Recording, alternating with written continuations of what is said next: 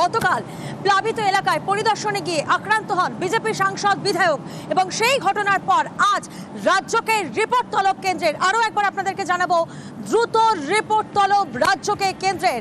Report তলব করা হয়েছে। গতকাল আমরা দেখেছি আক্রান্ত হয়েছেন বিজেপি সাংসদ এবং বিধায়ক এবং সেই ঘটনায় রিপোর্ট তলব করা হয়েছে খগেন মুর্মু এবং শঙ্কর ঘোষ। প্রতিনিধি আবির আমাদের সঙ্গে রয়েছেন, সরাসরি আবিরের কাছে যাব। আবির, আমরা দেখেছি গতকাল প্রধানমন্ত্রী তিনি এক্স হ্যান্ডেলে পোস্ট করেছেন, তিনি কড়া আক্রমণ করেছিলেন, তিনি রাজ্য সরকার এবং তৃণমূলকে সরাসরি দোষারোপ করেছেন এবং আজ এই ঘটনায় রিপোর্ট তলব করা হলো এবং দ্রুত রিপোর্ট তলব, অর্থাৎ রিপোর্ট দিতে দেরি হলে প্রিভিলেজ।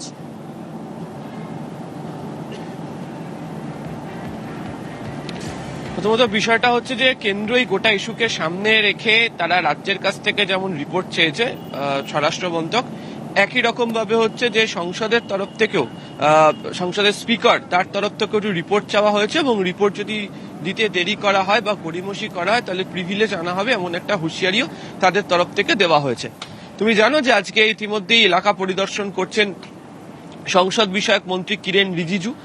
তিনিও বিভিন্ন যে জায়গাগুলি রয়েছে যেখানে বিপর্যস্ত হয়েছে যে সমস্ত জায়গা, সেই জায়গাগুলো পরিদর্শন করেছেন এবং সেখানেই তার বক্তব্য হচ্ছে যে যদি বলাই হয় যে সকলে মিলে একসাথে কাজ করবে তাহলে তাদের দলীয় সাংসদ এবং বিধায়করা এলাকাতে গেলে তাদের উপর কেন আক্রমণের ঘটনা ঘটবে এবং গোটা বিষয়টিকে ঘিরে তারা লঘু করে দেখতে নারাজ। তাদের বক্তব্য যে এর পিছনে অন্য কোনো অভিসন্ধি থাকতে পারে এবং তিনিও আজকে স্পষ্টত জানিয়েছেন যে কেন্দ্রের বিভিন্ন দপ্তর তারা যেমন এই সাংসদের উপর হামলার ঘটনা নিয়ে তারা যেমন রাজ্যের কাছ থেকে রিপোর্ট নিচ্ছে, ঠিক একই রকম ভাবে হচ্ছে যে সংসদের তরফ থেকেও ব্যবস্থা গ্রহণ করা হবে। তার কারণ পদাধিকার বলে বা পদে থাকা একজন সাংসদের উপর এই ধরনের শারীরিক আক্রমণ সেটাকে মেনে নেওয়া হবে না।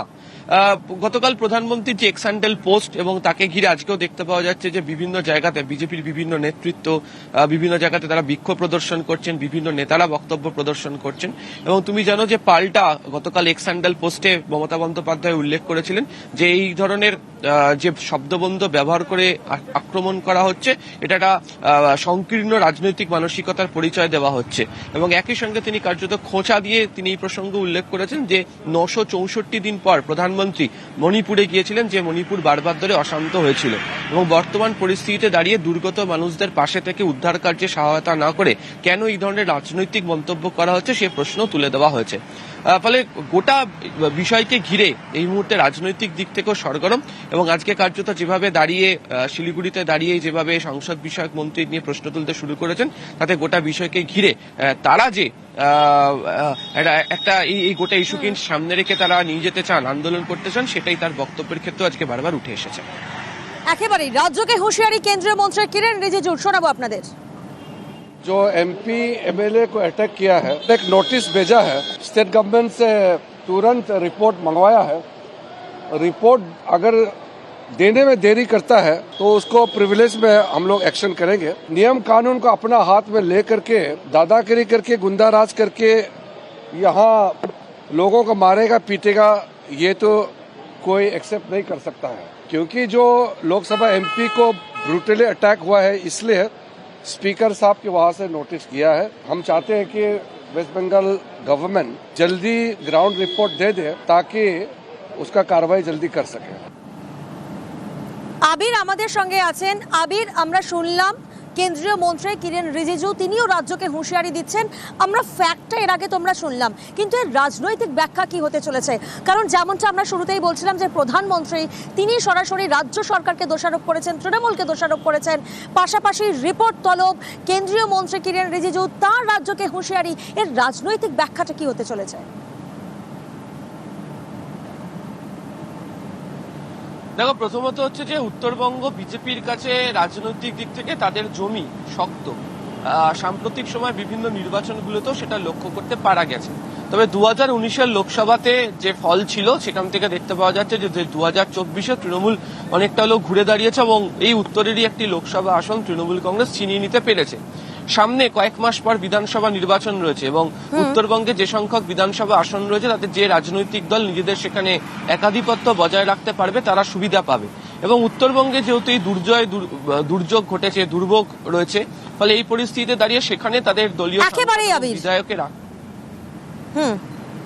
একেবারেই কেন্দ্রীয় মন্ত্রী কিরেন রিজিজু তিনি কি বলেছেন এবং পাল্টা কুণাল ঘোষ তিনিও কি বলছেন শোনাবো আপনাদের। जो एमपी एमएलए को अटैक किया है, एक नोटिस भेजा है, स्टेट गवर्नमेंट से तुरंत रिपोर्ट मंगवाया है। रिपोर्ट अगर देने में देरी करता है तो उसको प्रिविलेज में हम लोग एक्शन करेंगे। नियम कानून को अपना हाथ में ले करके दादागिरी करके गुंडा राज करके यहाँ लोगों को मारेगा पीटेगा, ये तो कोई एक्सेप्ट नहीं कर सकता है। क्योंकि जो लोकसभा एमपी को ब्रूटली अटैक हुआ है, इसलिए स्पीकर साहब के वहां से नोटिस किया है। हम चाहते हैं कि वेस्ट बंगाल गवर्नमेंट जल्दी ग्राउंड रिपोर्ट दे दे ताकि उसका कार्रवाई जल्दी कर सके। এতদিন যখন নানা প্রাকৃতিক বিপর্যয় হয়েছে আপনারা কোথায় ছিলেন? মণিপুরে আপনাদের প্রধানমন্ত্রী গেছেন 964 দিন পর। আপনারা নির্বাচিত সরকারের উপর ভরসা রাখুন।